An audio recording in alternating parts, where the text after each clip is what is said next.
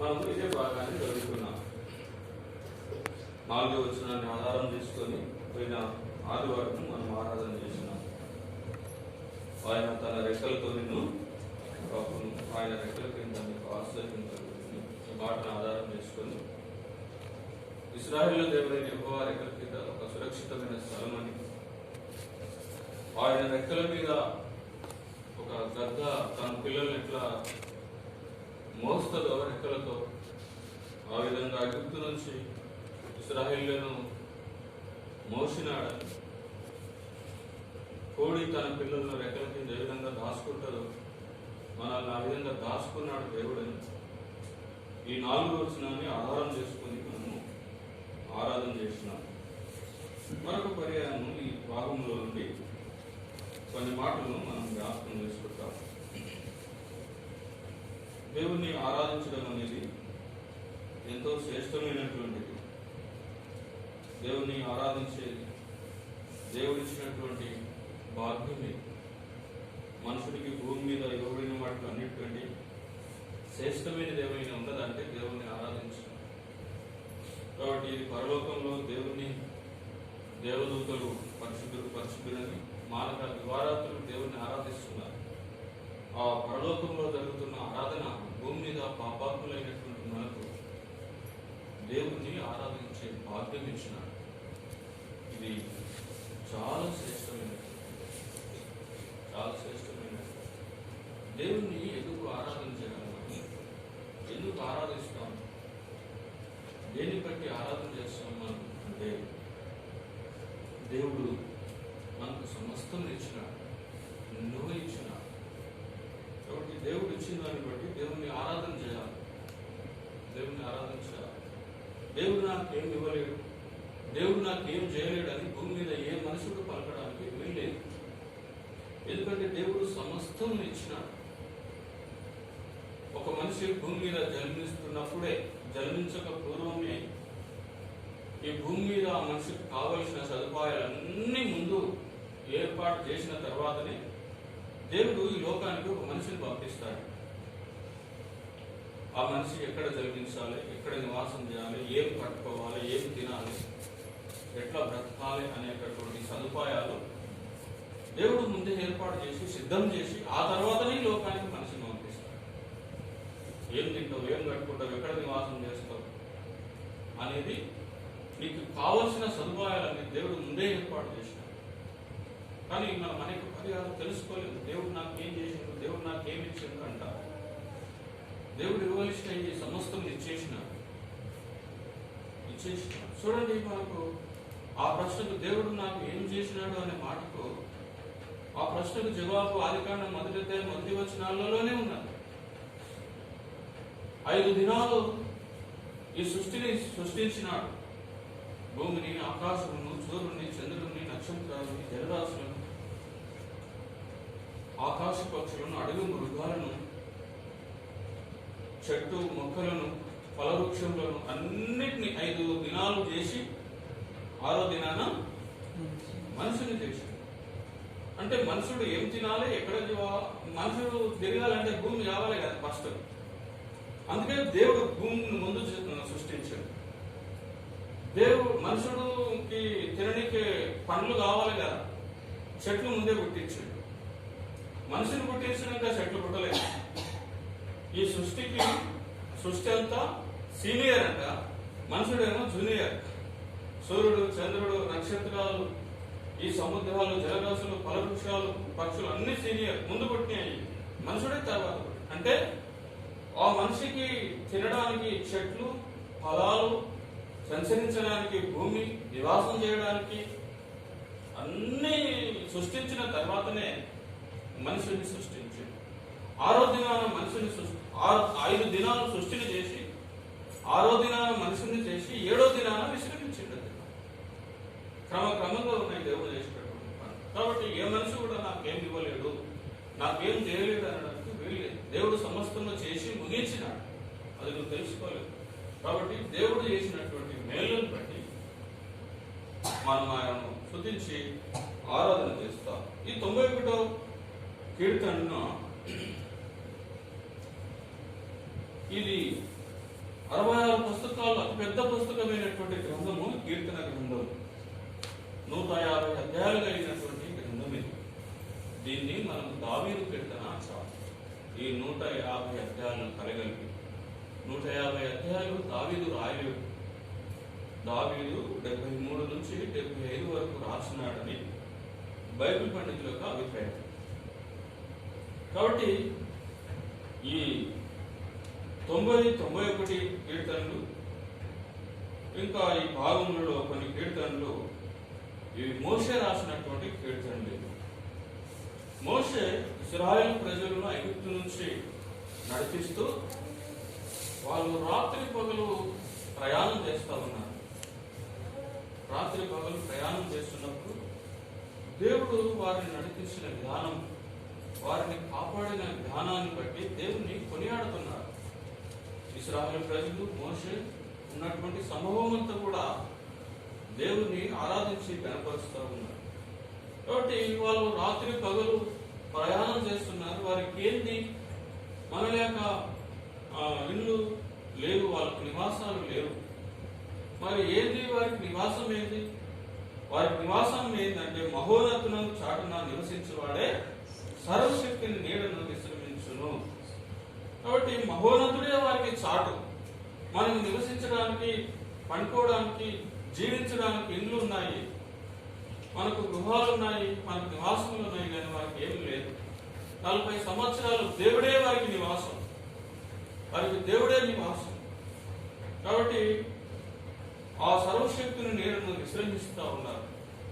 కాబట్టి దేవుడు వారికి ఎట్లా ఉన్నాడు అంటే రాత్రిలో అగ్నిస్తంభంగా ఉన్నాడు. ఈ అగ్నిస్తంభము కొన్నిసార్లు ముందు నడిచినది, కొన్నిసార్లు వెనక నడిచింది. కొన్నిసార్లు ఆ సైన్యానికి వెనక నడుస్తున్నప్పుడు ముందున్న వారికి వెలుగునిస్తూ, వెనక శత్రువులు ఉన్నారు, వారికి చీకటి కమ్మింది. ఒకే సమయంలో శత్రువులకేమో చీకటి, తన ప్రజలైన ఇశ్రాయేలులకు వెలుగునిచ్చినాడు. ఈ రాత్రిలో అగ్నిస్తంభము ఉన్నాడు దేవుడు వారు. కాబట్టి వారికి చలిపెట్టకుండా అగ్నిస్తంభము వేడినిచ్చింది, వెలుతురు కూడా ఇచ్చింది ఆ అగ్నిస్తంభం. కాబట్టి పగటిలో మేఘస్తంభం ఉన్నది. వాళ్ళు పగలంతా కూడా ప్రయాణం చేస్తూ ఉన్నారు. ఆ ప్రయాణంలో ఎండ కొట్టకుండా మేఘం వచ్చి కమ్మింది, మేఘము కమ్మింది. వారికి ఆకాశం నుండి మన్నా కురిపించినాడు, బండ నుండి నీళ్ళు ఇచ్చినాడు. కాబట్టి ఈ బండ ఎట్లా వెంబడించింది వాళ్ళనంటే చూడండి, ఒక మాట చూస్తాం. కొరింథీయులకు రాసిన మొదటి కొరింథీయులకు రాసిన పత్రికలో 10వ అధ్యాయము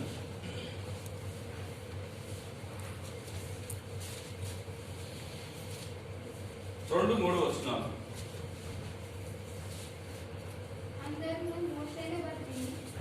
మేఘములోను సముద్రంలోను బాప్తిసం పొందిరి. అందరూ ఆత్మ సంబంధమైన ఒకే ఆహారమును భుజించిరి. అందరూ ఆత్మ సంబంధమైన ఒకే పానీయమును పానం చేసిరి. ఏదైనగా తమను వెంబడించిన ఆత్మ సంబంధమైన బండలోనిది సాగిరి. ఆ బండ క్రీస్తే. గమనించండి, ఇక్కడ చదువుకున్నటువంటి మాట 4 వచనం. అందరూ ఆత్మ సంబంధమైన ఒకే పానం చేసిరి. ఎలా అనగా తమను వెంబడించిన ఆత్మ సంబంధమైన బండలోని. తమను వెంబడించిన ఆత్మ సంబంధమైన బండ, వెంబడించిన ఆత్మ సంబంధమైన బండ. బండ వెంబడిస్తుందా? ఒక గుట్ట ఉన్నదనుకోండి, పెద్ద గుట్ట ఉందనుకో, బండ గచ్చు రాయి శైవల గుట్ట ఉందనుకో, మనం నడిస్తే శైవల గుట్ట నడుస్తారు, కానీ నడిచింది. తమను వెంబడించిన ఆత్మ సంబంధమైన బండ, వెంబడించిన బండ అంటే ప్రజలను ఈ బండ వెంబడిస్తుంది. ప్రజలు నడుస్తూ ఉన్నారు, కింద భూమి కింద బండ నడుస్తుందంట. ప్రజలు నడిచిన కొద్ది బండ, తమను వెంబడించిన బండ వెంబడిస్తలేదా? వెంబడిస్తుంది. అందుకే ఆ బండ క్రీస్తే. ఈ క్రీస్తు మేఘంగా వచ్చాడు, బండగా వచ్చాడు. కాబట్టి రకరకాల ప్రజలను పోషించి సంపాదించి ఈ బండ కింద, భూమి కింద బండ నడుస్తా ఉంటే బండ మీద ప్రజలు నడిచింది. ఈ బండలోనిది నీళ్లు తాగుతున్నారు. ఆ బండ నిండా నీళ్లున్నాయి. ఆ నీళ్లున్న కారణాన్ని బట్టి వీళ్ళ కాళ్ళు ఆయలేవంట. అక్కడ వాళ్ళ గురించి రాయబడ్డది, కాళ్ళు ఆయలేవు, చెప్పులు అరగలేవు, బట్టలు మాయలేవు. బట్టలు మాయలేవు. 40 సంవత్సరాల ప్రయాణంలో బట్టలు మాయకుండా ఉంటాయా? చూడండి, పొద్దున వేసుకుంటేనే ఎండగాలము, సాయంత్రం మధ్యాహ్నం వరకు చెమట మైల అంతా పడుతుంది. 40 సంవత్సరాలు బట్టలు మాయలేవు, చెప్పులు అరగలేవు. చెప్పులు ఏ కంపెనీ తెచ్చుకుంటే ఉంటాయి? 40 సంవత్సరాలు టాటా బాటా 50 ఏట తెచ్చిన 40 సంవత్సరాలు 4 నెలలు ఉండాలంటే కష్టం. కానీ ఎంత మెలుగుల దేవుడు ఆ ప్రజలను నడిపించడంలో, వాళ్ళని కాపాడులో 40 సంవత్సరాలు కాళ్ళు ఆయలేవు, ఆకులు రాలేవు. వాళ్ళు 40 సంవత్సరాలు నడుస్తా ఉన్నారు. కాబట్టి వారిని కాపాడిన దేవుణ్ణి, రక్షించిన దేవుణ్ణి వాళ్ళు రాత్రి అనక పగలనక ప్రయాణం చేస్తూ ఉన్నారు. ఆ బండ వెంబడించింది, ఆ బండ నడిపించింది, ఆ బండలోనిది తాగింది. అందుకే ఆ మాటలన్నీ తలపోసుకుంటూ ప్రజలు ఈ కీర్తన 91లో ఆరాధన చేస్తూ ఉన్నారు. మోషే నడిపిస్తున్నాడు నాయకునిగా. ఆ మాటలన్నీ జ్ఞాపకం చేసుకొని ఆరాధన చేస్తూ ఉన్నారు. ఇక్కడ కొన్ని మాటలను మనం ఆరాధన చేసుకొని ఆరాధన చేస్తాం. ముందుకు వెళ్తాం. 3వ వచనం చదవండి. 91 3వ వచనం. వేటకాని ఊరిలో నుండి ఆయన నిన్ను విడిపించును, నాశనకరమైన తెగులు రాకుండా నిన్ను రక్షించును. సో ఈ మాటను ఆధారం చేసుకుని ఆరాధన చేయాలి దినం. 3వ వచనం తర్వాత చదవండి. 6వ వచనం. చీకటిలో సంచరించు తెగులుకైనను, మధ్యాహ్నమందు పాడు చేయి రోగముకైనను నీవు భయపడకును. 10వ వచనం. నీకు అపాయం ఏమీ రాదు, ఏ తెగుల్లో నీ గుడారమును సమీపించదు. ఇక్కడ కొన్ని రకాల తెగుళ్ళు ఉన్నాయి. దేవుడు ఎట్లా కాపాడుతాడు అనే మాటను మనం జ్ఞాపకం. వేటకాని ఊరిలో నుండి ఆయన నిన్ను విడిపించును, నాశనకరమైన తెగుళ్ళు రాకుండా. ఈ తెగుళ్ళ పేరు చెప్పండి. నాశనకరమైన తెగులు. నాశనకరమైనటువంటి తెగుళ్ళు రాకుండా ఆయన నిన్ను కాపాడుతున్నాడు. ఆ తెగుళ్ళు అనేటటువంటి నాశనకరమైనటువంటి తెగులు. కాబట్టి చాలా మందికి వచ్చినాయి తెగుళ్ళు. పెద్ద వారికి వచ్చినాయి. పేదవారికి ధనికునికనే తేడా ఉన్నది. ఏమన్నా తెగులు రావడానికి ఏం లేదు. బ్రిటన్, ఇంగ్లాండ్ అధ్యక్షుడ అందుకంటే గొప్ప ఒక అధ్యక్షునికే రావడం. పేదోళ్ళకే వస్తాయి, ధనవంతులకి రావడానికి లేదు. ధనవంతులకే వస్తాయి, పేదోళ్ళకి రావడం అనేది లేదు. నాశనకరమైనటువంటి తెగులు. ఎంత నాశనం అంటే నాశనము అనే పదం వాడతాము మనం చాలాసార్లు. అది చాలా భయంకరమైన, అంతకంటే చెడ్డ పదం లేదు ఇంకా నాశనం. కానీ చాలాసార్లు మనం వాడకపోవడం మంచిది. నాశనం అయితే నాశనం అయితే నాశనం అనేది చాలా భయంకరమైనటువంటి. నాశనం అనేది ఏమిటంటే ఆదికాండము 6వ అధ్యాయము 13వ వచనంలో రాయబడ్డది. నా సన్నిధి అంతము వచ్చి ఉన్నది అంటాడు. చదువుతారా? ఆదికాండము 6వ అధ్యాయం 13వ వచనం. దేవుడు నోవాహుతో సమస్త శరీరుల మూలంగా భూమి బలాత్కారంతో నిండి ఉన్నది గనుక నా సన్నిధి వారి అంతము వచ్చి ఉన్నది. ఇదిగో వారిని భూమితో కూడా నాశనము చేయదు. చాలు, భూమితో కూడా వారిని నాశనం చేసినాడు. అంటే నోవాహు దినాల్లో జలప్రలయం వచ్చి మనుషులందరినీ ముంచేసినాడు జలప్రలయం. అదే నాశనం అంటారు. నాశనం అంటే ఏంటంటే మరణం అంటే వేరే, నాశనం అంటే వేరే. మరణం అంటే ఏంటంటే ఒక వ్యక్తి చనిపోతే ఆ వ్యక్తిని తీసుకొని పోయి సమాధి చేస్తారు, భూస్థాపన చేస్తారు. ఎవరి మత ప్రకారంగా వారి సాంప్రదాయ ప్రకారంగా తీసుకొని పోయి సమాధి చేస్తారు, పొందబెడతారు. నాశనం అంటే ఏంటి? నాశనం అట్లా కాదు, ఏం చేయరు. నాశనం అంటే నోవాహు దినాల్లో ఎవరన్నా భూస్థాపన చేశారా? జలమైనది నాశనకరమైన తెగులు. మీరు చూసిన సోషల్ మీడియా మన కొంతమందిని తీసుకుపోయి ఆ చెరువు సముద్రం మీద చూసారు కదా, కొంతమందిని ఇవి పొందు పెట్టడానికి స్థలం లేదు, వేరే దేశాల్లో ఇక లేక ఆ శవాలను అన్ని తీసుకుపోయి ఒక సముద్రంలో ఒక చెరువులో వేసేస్తున్నారు. పెట్టడానికి భూమి లేదు, లక్షల మందికి ఏడదవుతుంది, దవ్వడానికి టైం ఎక్కడ, అసలు దొరటోళ్ళు ఉంటే కదా కొంతమంది ఆ ఒక దాంట్లో తీసుకొని పోయి నీళ్ళలో గుమ్మరిస్తున్నారు, వేసేస్తున్నారు నీళ్ళలో శవాలు. దాన్ని నాశనం అంటారు. నాశనం ఎవరు ఎత్తుకొని పోయి భూస్థాపన చేసేది జలమయం అయిపోతుంది, అదే నాశనం. నాశనం ఎవరికి వస్తుంది? నాశనం వచ్చేది ఎవరికంటే మనకందరికీ తెలుసు. సామెతల గ్రంథం 29 మొదటి వచనంలో ఎన్నిసార్లు గర్దించను లోబడని వాడు మరో తిరిగి లేకుండా హఠాత్తుగా నాశనం. ఎన్నోసార్లు దేవుడు వాక్యం వింటున్నాడు, ఎన్నోసార్లు దేవుడు వాక్యం ద్వారా, సేవకుల ద్వారా, పెద్దల ద్వారా, కొంతమంది ద్వారా దేవుడు మనల్ని హెచ్చరిస్తున్నాడు. మనసు మార్చుకో, జీవితం మార్చుకో, పరిశుద్ధంగా పవిత్రంగా జీవించండి. మనం లోపడలేదు. ఎవరికి వస్తుంది నాశనం అంటే ఎన్నిసార్లు గర్దించని లోపడని వారికి వస్తుందని దేవుని వాక్యంలో. ఇది నాశనం అనేది చాలా భయంకరమైన. దేవుడు ప్రేమ కలిగిన దేవుడు, కృప కలిగిన దేవుడు. మనకైతే అలాంటి నాశనకరమైన తెగులు రాకుండా మనల్ని కాపాడినాడు. నాశనకరమైనటువంటి తెగులు చాలా మంది నాశనం అయిపోతుంది, అది ఎవరికి రావద్దు. కాబట్టి అదే కోరుకుంటున్నాం, దేవుడు మనల్ని అయితే నాశనకరమైన తెగులు రాకుండా ఆయన నిన్ను కాపాడు. 3వ వచనం, వేడకాని ఊరిలో నుండి ఆయన నిన్ను విడిపించుకుని నాశనకరమైన తెగులు రాకుండా నిన్ను రక్షించు. నాశనకరమైన తెగులు మన దగ్గరికి రాలి, మన కుటుంబానికి రాలి, మన సంఘానికి రాలి.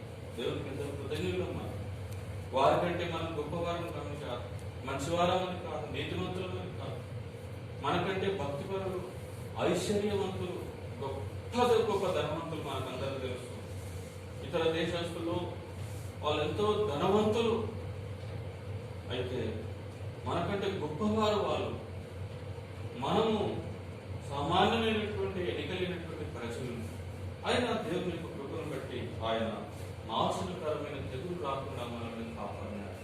అందును బట్టి దేవుని ఇవి నాశనకరమైన తెగులు. 2వది చూడండి, 6వ వచనం. చీకటిలో సంచరించు తెగులుకైనను మధ్యాహ్నమందు పాలు చేయి రోగముకైనను నీవు భయపడకుండు. ఇవి చీకటిలో సంచరించేటటువంటి తెగులు. అవేమో నాశనకరమైన తెగులు, ఇవి చీకటిలో సంచరించు తెగుళ్ళు. చీకటిలో సంచరించేటటువంటి తెగుళ్ళు ఏ విధంగా ఉంటాయి అంటే నిర్గమాకాండము 12వ అధ్యాయం. నిర్గమాకాండము 12వ అధ్యాయము 12-13 వచనాలు చదవండి, త్వరగా చదవాలి.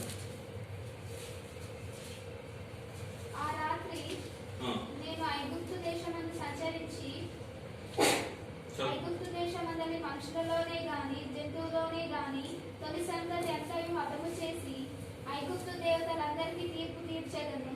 నేను యెహోవాను. మీరున్న ఇళ్ల మీద ఆ రక్తపు మీకు గుర్తుగా నుండును. నేను ఆ రక్తమును చూచి మిమ్మల్ని నశింపచేయక దాటిపోయేదను. నేను ఐగుప్తు దేశంలో పాడు చేయుచుండగా మిమ్ము సంహరించుటకు ఏ తెగులు మీ మీదికి రాదు. ఏ తెగులు మీ మీదికి రాదు.